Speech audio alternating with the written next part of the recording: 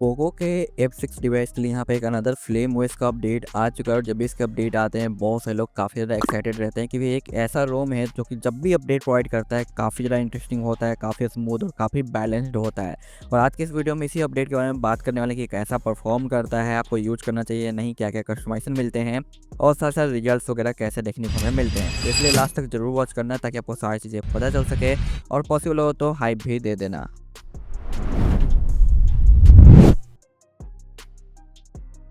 यहाँ पे आप देख सकते हो लॉक स्क्रीन पे मैं एक डायनेमिक वॉलपेपर यूज कर रहा हूँ जो कि देखने में काफ़ी ज़्यादा खूबसूरत लगता है। और ये डायनेमिक वॉलपेपर आपको चाहिए तो मेरे टेलीग्राम के डायनेमिक वॉलपेपर चैनल पे मिल जाएगा। और सेम टाइप का मैं अपने होम स्क्रीन पे भी यूज कर रहा हूँ क्योंकि यहाँ पे इसका जो डायनेमिक है वो काफ़ी अच्छे तरीके से काम करता है और मोस्टली वॉलपेपर को ये काफ़ी ब्यूटीफुल तरीके से एनिमेट कर देता है।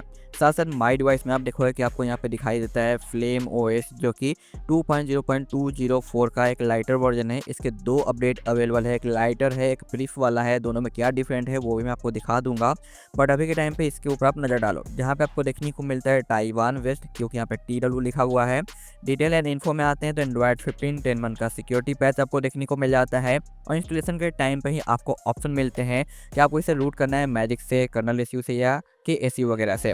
उसके हिसाब से आप सेलेक्ट कर सकते हो और साथ साथ कस्टम कर्नल या स्टॉक कर्नल का भी ऑप्शन आपको मिल जाएगा, तो आप उसमें से जो चाहो यूज कर लेना। बट मैंने यहाँ पे भाई रूट किया है केस यूनिक्स से और स्टॉक कर्नल ही यूज किया है, कोई भी डिफरेंट है जो कस्टम यूज नहीं करा है तो आप चाहो तो वो भी कर सकते हो। तो मैं स्टॉक पे ही सारी चीज़ आपको यहाँ पे दिखाने वाला हूँ। सेटिंग का जो स्मूथनेस है रियल में काफ़ी ज़्यादा कूल रहता है, काफ़ी अच्छा देखने को आपको मिल जाता है जैसे कि आप यहाँ पे देख पा रहे हो।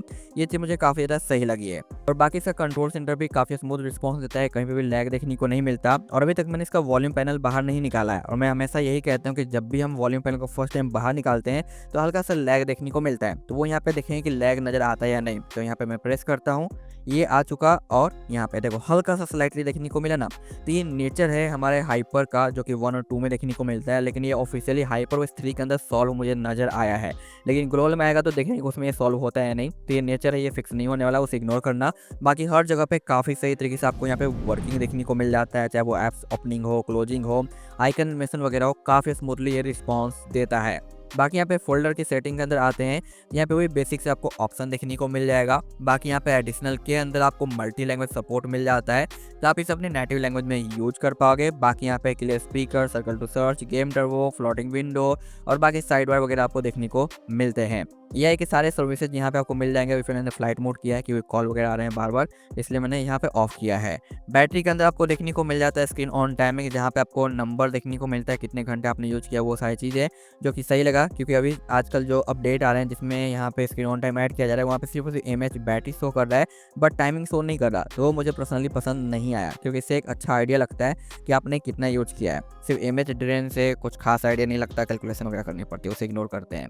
बाकी यहाँ पे आपको देखने को मिल जाता है साउंड इफेक्ट्स वगैरह और बाकी अदर ऑप्शन वगैरह, जहाँ पे आप देखोगे कि आपको Xiaomi का और यहाँ पे डॉल्बी का ऑप्शन मिल जाएगा, वीडियो प्रोफाइल भी आपको मिल जाता है। बाकी यहाँ पे आप चाहो तो एक्स्ट्रा वॉल्यूम कंट्रोल भी इनेबल कर सकते हो। अनदर यहाँ पे आपको डिस्प्ले के अंदर DPI चेंज का ऑप्शन दिया गया है, तो आप चाहो तो DPI यहाँ पे बदल सकते हो, छोटा कर सकते हो, बट ज़्यादा बड़ा चेंज मत लाना नंबर के अंदर, अदरवाइज आपका फ़ोन बूट लूप में जा सकता है क्योंकि एक लिमिट है कि आप छोटा या बड़ा कर सकते हो, हद से ज़्यादा करोगे तो दिक्कत आएगी। बाकी यहाँ पे मैंने जो सैचुरेटेड पे डाल रखा है ताकि कलर थोड़ा पॉपी नजर आए और देखने में अच्छा लगे। यहाँ पे रिफ्रेश रेट की बात करें तो यहाँ पे 60, 90 और 120 के ऑप्शन आपको मिल जाते हैं, तब जो चाहो यहाँ पे आप रख सकते हो और आपका जो प्रॉपर वर्किंग रहता है। बाकी यहाँ पे बैक की ओर चलते हैं तो आपको यहाँ पे सिंपल से वही फॉन्ट्स मिल जाएंगे। रिफ्रेश रेट के बाद आपको यहाँ पे AI इंजन में AI HDR का ऑप्शन मिल जाएगा, साथ साथ सुपर रेजुलेशन आप यहाँ पे सेट कर सकते हो जो कि दिया गया है। अनदर यहाँ पे आपका जो डार्क मोड है ये आपका प्रॉपर वर्किंग रहता है, सारे ऐप्स आपको यहाँ पे वर्किंग मिल जाते हैं जो कि सही तरीके से आपका काम करता है। ऑटो ब्राइटनेस भी वर्किंग है। यहाँ पे जो हमारा होम लॉन्चर है ज़्यादा मॉडिफाइड नहीं किया गया है क्योंकि इसमें अगर ज़्यादा मॉडिफाइड किया जाता है तो OS का स्मूथनेस के ऊपर फ़र्क पड़ता है, इसलिए यहाँ पे काफ़ी ज़्यादा है जो सिंपल और ऑफिशियल जैसा ही रखा गया है जो कि मुझे ये सही लगा है। जहाँ पे आप देख सकते हो बेसिक से सारे ऑप्शन आपको देखने को मिल जाते हैं और आप इसे इजीली यूज कर पाओगे।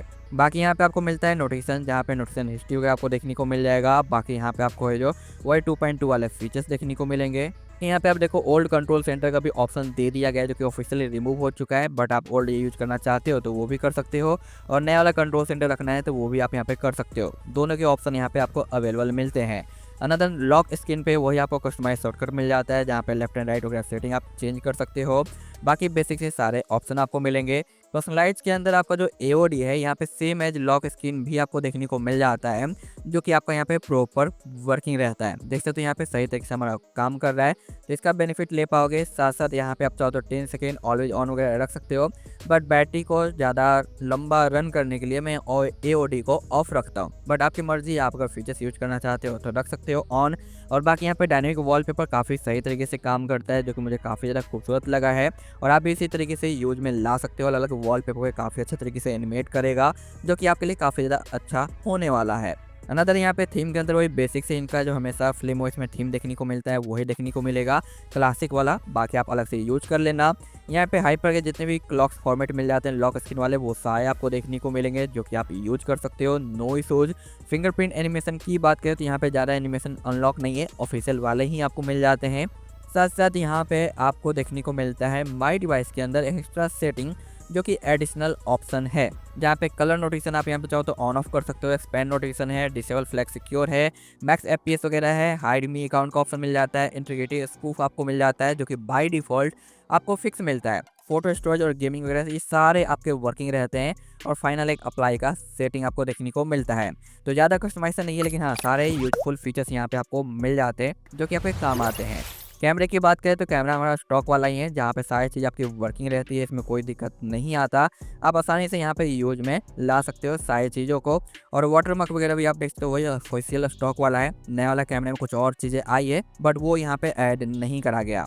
बाकी विजेट सपोर्ट की बात करें तो यहाँ पे विजेट सपोर्ट आपको अनलॉक मिल जाता है, जैसे कि मैं यहाँ पे यूज कर रहा हूँ 2 विजेट्स वगैरह, तो ये आप यूज में ला सकते हो। बाकी यहाँ पे मैंने इंटरनेट ऑन किया और यहाँ पे देख सकते हो गैलरी के आइकन को मैंने चेंज कर दिया, तो यहाँ पे आइकन भी हमारा काम कर रहा है, कस्टमाइज हो जाता है अच्छे तरीके से, दिक्कत नहीं आती है। और यहाँ पे आपको जो कलर पिक करने का भी ऑप्शन मिल जाता है, जैसे गूगल में देखने को मिलता है ना, उसी तरीके से यहाँ पे दिया गया है।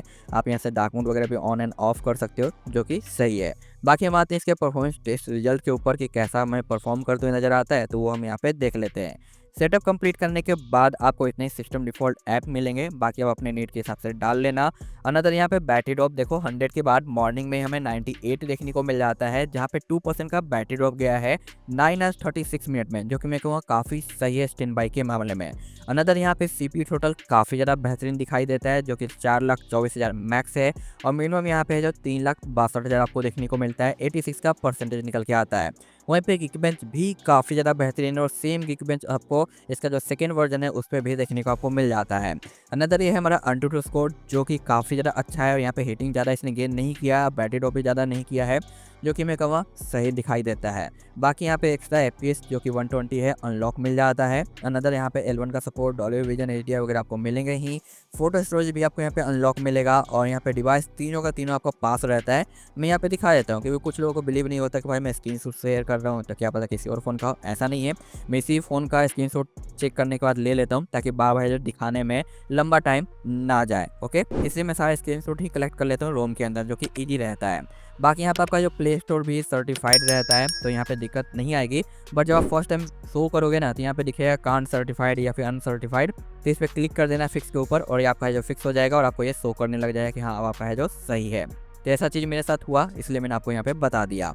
तो ये चीज़ें सही है। और ये हमारा वर्जन जो कि आप देख सकते हो, फ्लेम OS लाइट 4.2, और यहाँ पे फ्लेम OS लाइट 4.2 प्रीफ। तो मैं यहाँ पे प्रीफ वाला यूज नहीं कर रहा हूँ, मैं यहाँ पे सिर्फ नॉर्मल लाइट वाला यूज कर रहा हूँ। और इन दोनों के बीच में क्या चेंज है, तो ये आप यहाँ पे वीडियो को पॉज करके दोनों का है जो रीड कर सकते हो। ये हमारा प्रीफ का है और ये हमारा लाइट का है, तो दोनों में आपको पता चल जाएगा क्या डिफरेंसेज वगैरह है। और उसके बाद जो चेंज लॉक है वो दोनों में आपको सिमिलर ही देखने को मिल जाता है। तो यहाँ पे आई होप कि आपको समझ में आ गया दोनों में क्या डिफरेंस है। तो ये चीज़ें यहाँ पे आपको नज़र आती है। अब रही बात डालना कैसे है, तो आप PC से डालोगे तो वहाँ पे कई सारे ऑप्शन मिलते हैं, उसे फॉलो करते हो आप इंस्टॉल कर पाओगे। लेकिन आप अगर इसे रिकवरी से डालना चाहते हो तो कोई और सेकंड फ़ोन का यूज कर सकते हो, और ADB साइड लोड का मेथड भी फॉलो कर सकते हो। तो कैसे डालना है इससे रिलेटेड मैंने ऑलरेडी वीडियो दे रखा है, काफ़ी डिटेल में एक्सप्लेन किया है, तो उसे देख लेना, और जो भी मेथड आपको सही लगे वो आप यहाँ पे फॉलो कर लेना। और रही बात क्या है रिकमेंडेड है या नहीं, तो हाँ भाई रिकमेंडेड है, क्योंकि ये अपडेट काफ़ी ज़्यादा बेहतरीन है और काफ़ी अच्छे तरीके से परफॉर्म कर रहा है। आपको निराशा नहीं होने वाली इसे यूज़ करते हुए, चाहे वो बैटरी के मामले हो या फिर परफॉर्मेंस के मामले हो, और कस्टमाइजेशन भी ओवरऑल काफ़ी अच्छे मिलते हैं। तो इंस्टॉल करो, यूज करो, और अपना फीडबैक भी जरूर देना। मैं मिलता हूँ नेक्स्ट वीडियो में। Thanks for watching, bye bye.